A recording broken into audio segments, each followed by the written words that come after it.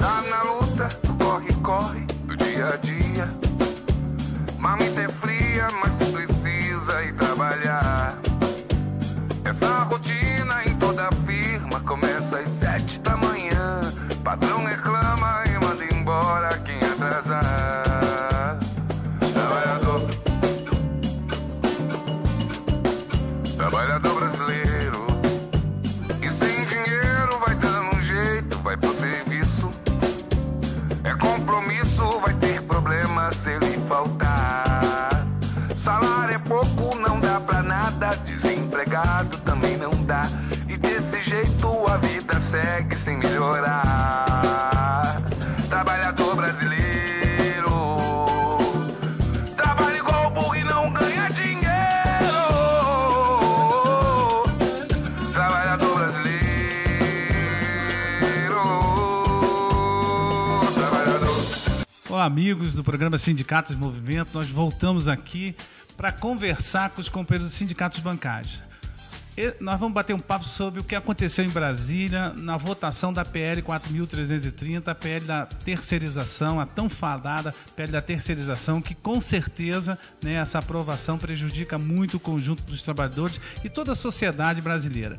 Eu estou aqui com o Max, que é presidente do Sindicato Bancário, e o Ricardo, que é diretor aqui do sindicato. Nós vamos bater um papo assim bem descontraído, Max e Ricardo, né? Porque a gente passar para os companheiros de Nova Friburgo e região o que aconteceu em Brasília. Só para relembrar, a PL 4.330 é um projeto do deputado Sandro Mabel, de 2004. É um projeto que já há muito tempo está tramitando no Congresso. O movimento social estava conseguindo barrar essa votação, essa discussão, mas aí vem a eleição. A Câmara de Deputados transformou-se numa Câmara muito conservadora, na sua grande maioria conservadora, e para prejuízo dos trabalhadores, tivemos a eleição do senhor Eduardo Cunha, presidente da Câmara, que a primeira ação dele foi o quê? Resgatar esse projeto e a toque de caixa botar em votação. E esse projeto que muito prejudica os trabalhadores. Então, vamos começar com você, Max. É importante passar para os trabalhadores, né? Primeiro, o quanto é prejudicial a PL 4.330, né? Ela que, principalmente no setor de que vocês já vivem esse drama da terceirização dentro do setor bancário, nós dos outros setores temos com bastante pressão, mas ainda está ainda incipiente e pode vir agora com muita pressão, né? Essa questão da terceirização. Né? Amigos telespectadores, se a gente mexer em Brasília no dia 7 e no dia 8, aí podemos observar o que a Edil falou, né? Os trabalhadores chegaram lá para ocupar o plenário da Câmara e o presidente Eduardo Cunha simplesmente não deixou a gente entrar naquele espaço, como dizem, a casa do povo, né? A gente imagina, a população aqui de Nova Friburgo ou qualquer cidade vizinha quer ir à Câmara reivindicar algo e o presidente da casa impede das pessoas entrarem. Foi isso que aconteceu. O clima era de manifestação, como aconteceu a saída de domingo aí contra a Dilma. Como presidente de sindicatos bancários, como cidadão, acho que toda e qualquer manifestação é válida. Estamos no Estado Democrático. Sim, estamos no Estado Democrático de Direito.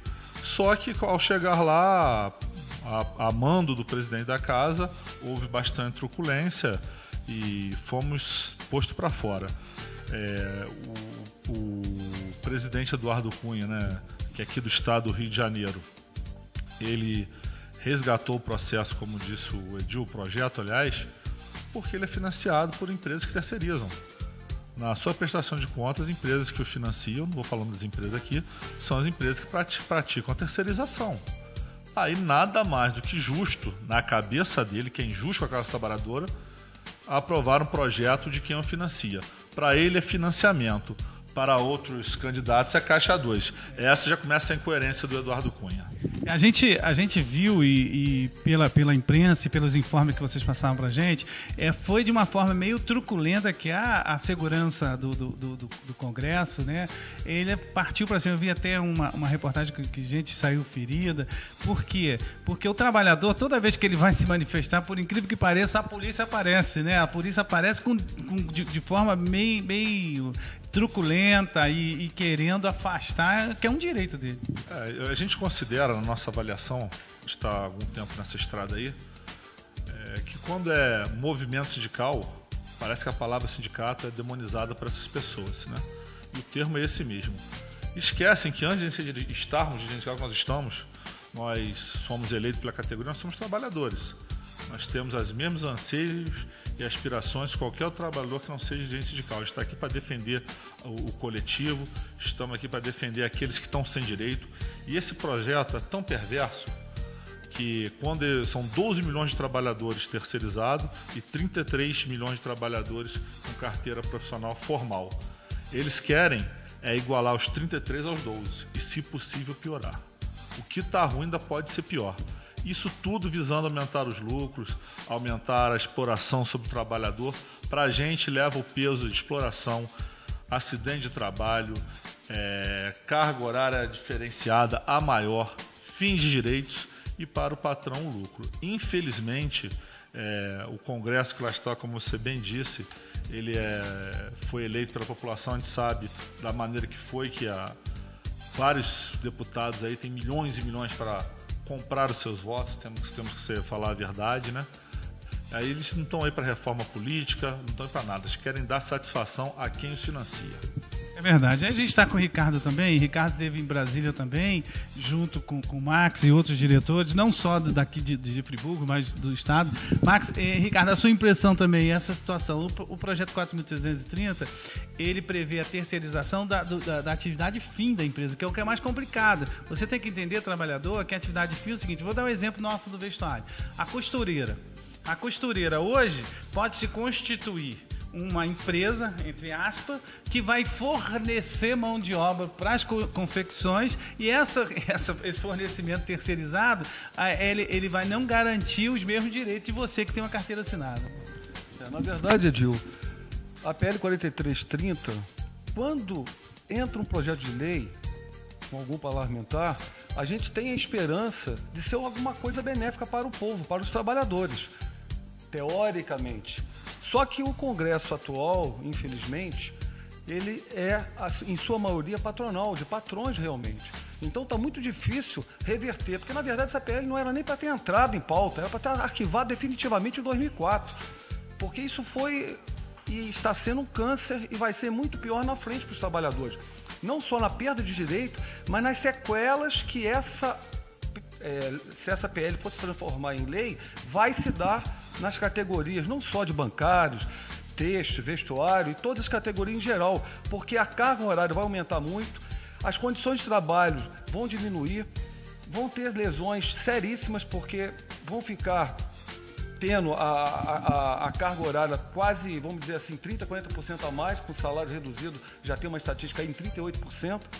Quer dizer, isso é um absurdo. Agora, cabe aos trabalhadores também se inteirarem dessa gravidade que está passando o país, porque não depende só dos ativistas, sindicalistas, depende do povo em si, também ter um aprofundamento. E esse aprofundamento nós estamos passando aqui em Friburgo, em outras bases, outros sindicatos estão passando. Só que o povo também não adianta ir para a rua só gritar melhoras, tem que saber também o que está se passando no Congresso. E agora está tendo esse trâmite, não só na PL 4330, mas outros projetos de leis nocivos à nossa categoria e a todos os trabalhadores do Brasil.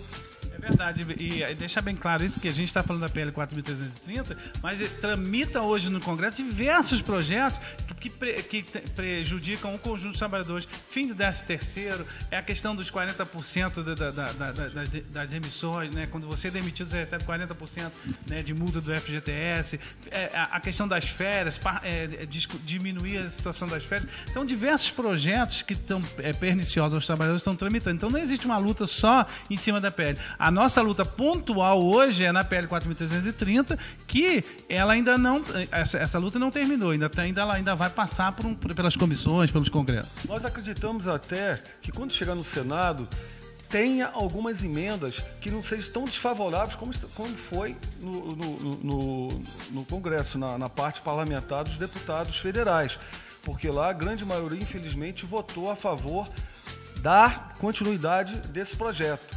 acreditamos que possa ter emenda, mas mesmo com emendas não vai ser bom para o povo. Não sendo bom para o povo, arquiva esse câncer que está aí, vamos dizer assim, já há 11 anos transmitando uma coisa, é igual o fator previdenciário, não deveria nem ter entrado. Esse fator, na verdade, previdenciário não deveria nem ter entrado, mas infelizmente agora vamos tentar fazer uma reversão, pelo menos mínima, que favoreça os trabalhadores. É verdade. E a gente, Max, a gente tem visto na atuação nossa do movimento social há muito tempo, e a gente vê que vira e mexe, né, a luta nossa tem que ser redobrada, a gente tem que estar muito mais atento, porque quando a gente pensa que nós elegemos um governo, né, foi eleito um governo que tem a cara mais dos trabalhadores, mas infelizmente não foi eleito um Congresso que dê sustentação para essas mudanças necessárias no país. Né? Justamente. A gente, quando lá atrás a gente fazia aqueles programas defendendo, a gente não está defendendo partido, defende um projeto que seja melhor para o trabalhador. Porém, como a gente volta a falar dos candidatos e deputados, a pessoa acha que o presidente vai chegar lá e vai resolver. Não, Lívia, tem que ter a base de apoio dele. A gente tem que tentar buscar coerência na nossa vida, né? Eu voto num candidato por quê? Por isso, aquilo outro. Mas o partido dele diz o quê? A pessoa tem que tentar fazer esse balanço entre partido e candidato, né? Para poder ver o que é melhor para ele. Não é só chegar e votar e esquecer os 4 anos que a pessoa trabalhou, ou ser um candidato novo, tentar ver a vida dele, do que ele fez antes de ser candidato, né? E porventura eleito, e cobrar. A gente vota, deixa solto, aí tá ruim, a gente vai, reclama vai no embalo. Nós temos que estar sempre embasado nas coisas que a gente quer. A gente fala aqui para a categoria, a nossa greve, quando a gente fala nas campanhas salariais, não é só para melhores salários. É para melhores salários, condições de trabalho e condições de atendimento para o cliente também. A gente vai dar um intervalozinho rápido e volta já que a gente vai continuar batendo papo, até porque a gente vai falar um pouquinho que nós temos algumas tarefas a cumprir daqui para frente, nós trabalhadores, porque não pensa que simplesmente foi votado e a coisa continua. A gente vai ao intervalo e volta já. Trabalhador brasileiro, trabalhador. O Sindicato dos Trabalhadores da Construção Civil do Centro Norte Fluminense, com sede em Cordeiro, na Rua Padre André Boaventura 19, Centro. Telefone 2521-1212 e em Nova Friburgo, na Rua Aristão Pinto 91, Centro. Telefone 2528-7314. Oferece para você, trabalhador da construção civil, atendimento médico, odontológico, jurídico e muito mais. Venha nos fazer uma visita. Sindicato dos Trabalhadores da Construção Civil, há 80 anos lutando pelos seus direitos. Juntos, somos muito mais fortes. Não fique só, fique sócio, sindicalize-se. Trabalhador brasileiro.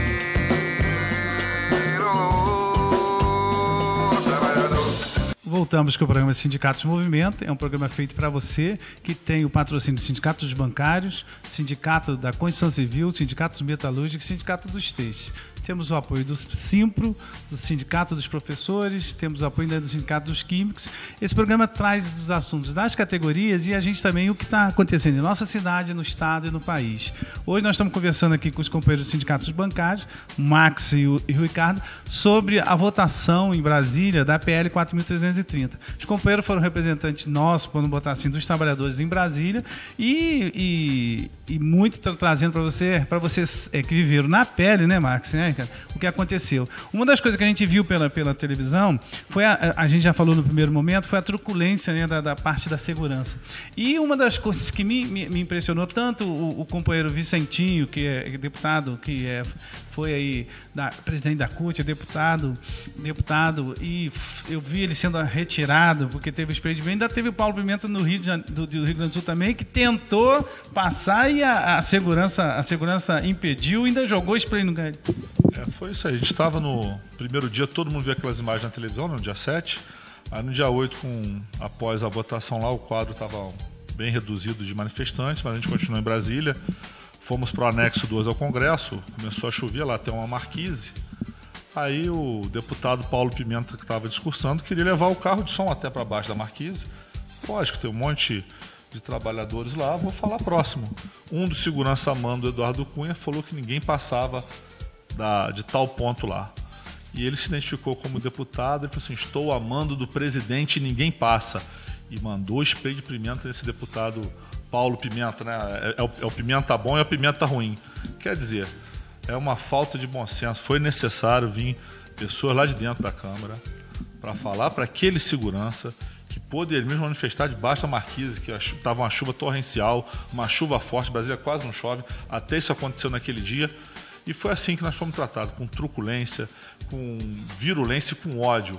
O que mais me impressiona nisso, Edil, a gente é um país multirracial, um país onde as pessoas se dão bem. Eu acho que ainda existe racismo no país, mas tentam mascarar. Mas, no demais, a classe trabalhadora em si, ela não tem esse tipo de preconceito, né? A gente vê que o Brasil é um país bastante solidário. A gente pega a nossa, infelizmente, tragédia teve na nossa região, quantas doações nós recebemos, né? Mas aí você vai na Câmara, em Brasília, e ser tratado com ódio é complicado, é uma coisa para a gente pensar e refletir. E a gente fica muito preocupado, Max, Ricardo, porque é o reflexo, lá no Congresso Nacional é onde que deveria, o povo está sendo recebido, e os senhores deputados, aqueles que estão eleitos, eles deveriam ter uma sensibilidade de ouvir, né, as partes, né? Não? E hoje a gente vê claramente que o Congresso Nacional ele tem posicionamentos claros.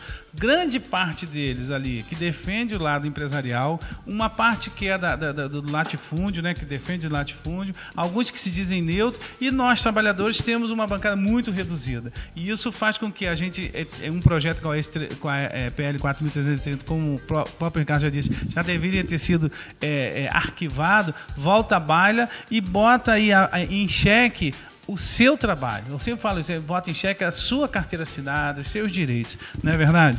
Isso aí. A gente vê que, como foi dito aqui anteriormente, né, tudo é o custo do Brasil, né? A gente quer uma reforma política, quer uma reforma tributária.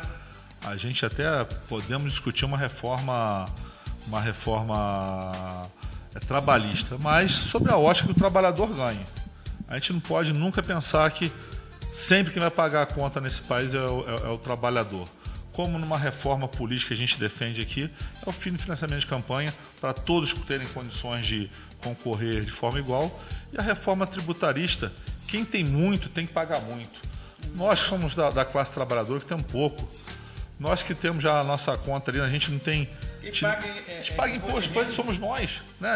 A maior carga tributária que paga somos nós, devido ao alimento. Quem tem muito dinheiro quase não é afetado pelo imposto. A gente tem que ter muito cuidado. A reforma trabalhista tem muito imposto, sim, mas para nós. Não é para quem está em cima, não é para quem tem dinheiro nesse país. É verdade. E, Ricardo, uma das coisas que a gente viu é o seguinte, o Congresso Nacional vai continuar discutindo o projeto, vai ter a apresentação das emendas, vai para o Senado, né? E tem outros países que esse processo de terceirização, né? Os países que foram que já implementaram com bastante força o projeto de terceirização e... está provado que só quem levou na cabeça, entre aspas, foi os trabalhadores e a população sai perdendo. Perfeito, Edil. Nós vamos citar aqui 3 países hoje que já são privatizados e terceirizados os serviços há alguns anos. São eles: Vietnã, Tailândia e México. E todos os 3 países, se você for fazer uma estatística, e já tem essa estatística em várias revistas, em vários sites, não da grande mídia, mas os sites realmente que têm credibilidade em relação a como o DIEESE e outros. Eles estão países altamente, vamos dizer assim, não atrasados, mas em termos de mão de obra, qualificação, respeito, condições de trabalho, excesso de mão de obra de carga, tudo isso eles têm dentro desses 3 países, infelizmente. O México, há 10, 15 anos atrás, tinha uma condição social muito melhor que tem hoje, por causa da precarização e privatização dos serviços, principalmente nos bancos. Reduziram em quase 70% o número de funcionários em relação ao que era de carteira assinada, terceirizou os serviços praticamente todos. Enfim, isso é somente uma ponta do iceberg, que, vamos dizer, os grandes empresários, o capitalismo, o capital trabalho querem fazer. E nós, como, vamos dizer, representantes das categorias, não podemos deixar isso de jeito nenhum acontecer no nosso país. Que foi muito difícil, nós saímos de uma ditadura de 30 anos, em 86, penamos aí sobre governos, desgovernos, que eu não vou ficar citando o nome aqui, mas todo mundo sabe que os dois governos do FHC, para mim, foi desgoverno, privatizou, terceirizou, precarizou, acabou com quase todas as nossas estatais do país, principalmente os bancos públicos. Eu fui um que sofri na pele pelo Banerj. Enfim, venderam a Vale do Rio Doce, a maior mineradora do mundo na época, vendeu sucateado por 3 bilhões, 3 meses depois valia mais de 50 bilhões. Como é que pode acontecer isso? Simplesmente especulação pura daquele governo, telecomunicações. Não que não poderia fazer a telecomunicação, mas não da maneira que foi feita. Então, tudo isso tem que ter um trabalho, tem que ter um planejamento. Não é chegar e fazer, como estão querendo fazer, com esse câncer da pele 4330, que não pode passar de jeito nenhum. E nós vamos estar, quantas vezes for necessário, a gente vai fazer o trabalho de formiguinha, como sempre fizemos, e tenho certeza que eles não vão aprovar essa PL 4330. Isso é uma luta de todos os trabalhadores, não é uma luta dos bancários, não é uma luta do conjunto dos trabalhadores do Brasil. A gente chama, inclusive, você que tem aí, que trabalha por conta própria, você que tem um pequeno comércio, porque vai afetar diretamente a toda a sociedade, né? Quando você precariza a mão de obra, você afeta na área da saúde, na área da educação, na área do transporte, aí daqui a pouquinho nós temos mais ainda, se está ruim, pode piorar mais ainda. Você, Marcos, estava falando que, no intervalo, que no contrato que vocês tiveram no Senado, né, a pressão lá dos sindicalistas, o presidente do Senado, pelo menos, disse que vai ouvir as centrais e a outra parte quando o projeto chegar lá. É verdade. Só antes, parênteses do falar do Senado, que você falou, Edil, tem reflexo, porque o trabalhador começa a ganhar menos, gira menos dinheiro, gira mais dinheiro, gira dinheiro e menos dinheiro no comércio. Desculpa aí. Conserta, né? Mas o Senado, vamos lá. Então lá. Vai cortar e tal. Eu só quero voltar a uma questão, Edil, porque quando se precariza e terceiriza, o salário cai, aí fica girando menos dinheiro no comércio. Mas voltando ao assunto do Senado, o Renan Calheiro já falou que esse debate vai ter lá no Senado.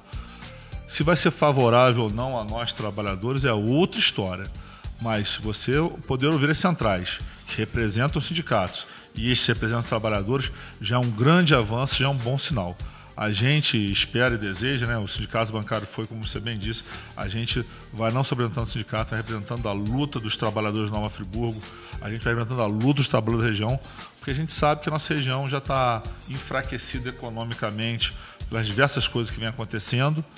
Imagina piorar, né? Você não vai poder chegar, se você faz uma compra aí no supermercado aí de 200, 300 reais, vai ter que passar para 150, vai ter que passar para 100, e aí vai sobrar para o mercado, vai sobrar para a padaria, vai sobrar para os outros setores. Aí a gente não quer isso, e você colocou muito bem, a nossa luta não é só de quem é empregado, é também de quem tem seu pequeno comércio, é de quem tem seu estabelecimento, para a gente poder fazer a economia girar e ser bom para todos.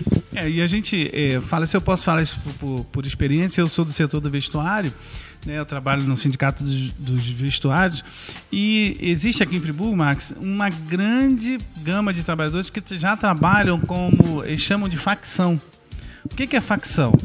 O cara tem uma confecção, um depósito, ele pega a trabalhadora e fala com ela assim, eu boto na sua casa uma máquina, ela vai trabalhar dentro de casa com a máquina, produzindo lá, e eles pagam uma coisinha mínima pelas peças. E a gente tem experiência, e hoje inclusive, hoje eu estava conversando com uma trabalhadora, ela trabalha, para ela fazer, por exemplo, R$1.500, R$2.000, ela tem que trabalhar de manhã, de tarde, de noite, às vezes tem que virar à noite produzindo para conseguir chegar no final do mês fechando R$2.000. Só que nesse R$2.000, ela não fez a conta que tem a energia, Ela não fez a conta que não tem o FGTS dela, não tem o 13º, não tem ali também as férias que ela poderia ter, o INSS. Então ela não fez. Aí ela acha que pega R$2.000. Poxa, mas eu ganho R$2.000. Não, eu fiz a conta para ela que se ela tivesse com carteira assinada ganhando R$1.100, que é a média,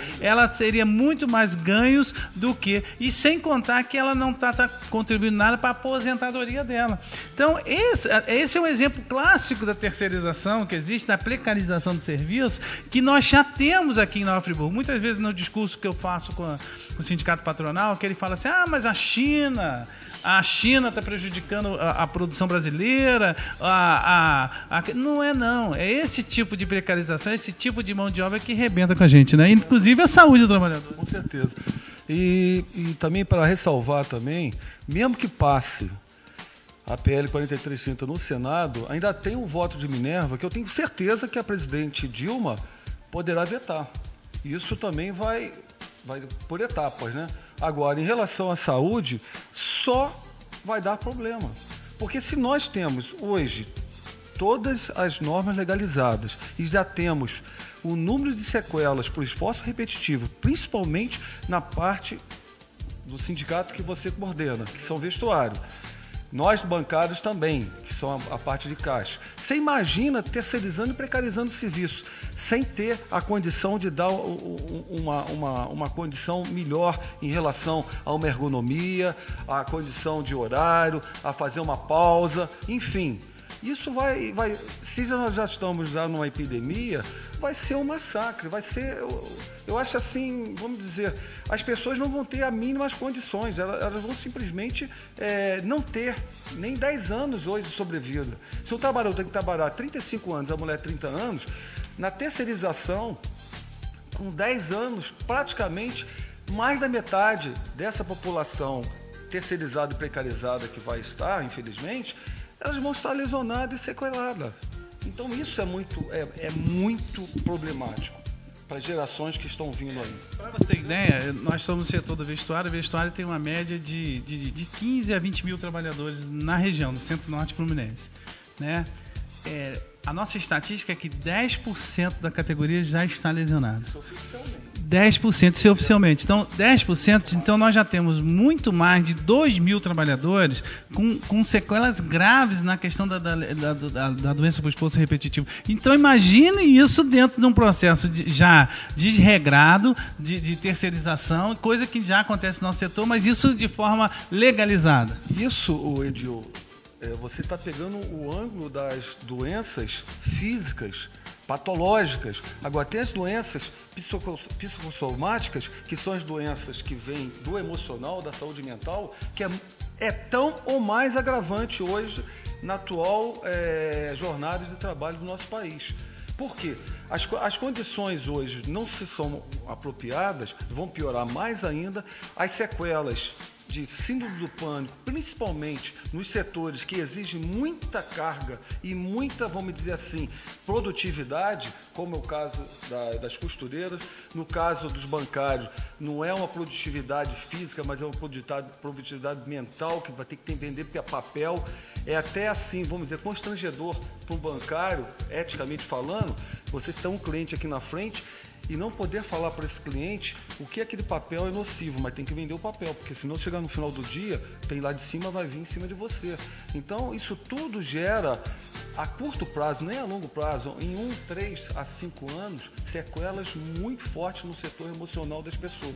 É verdade. Então, a gente vai ter que voltar uma hora com você, ainda mais você que trabalha na área de saúde, para trazer para a gente, nós já conversamos com isso uma vez, trazer, até focando nesse processo de terceirização, essa questão da saúde. Vamos voltar com você, conto com você no próximo programa.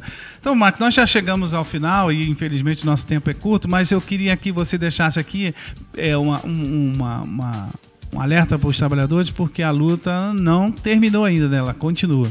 Sim, a gente tem que, como diz aquele, vamos morrer de pé, né? Eu acredito que a classe trabalhadora não vai morrer.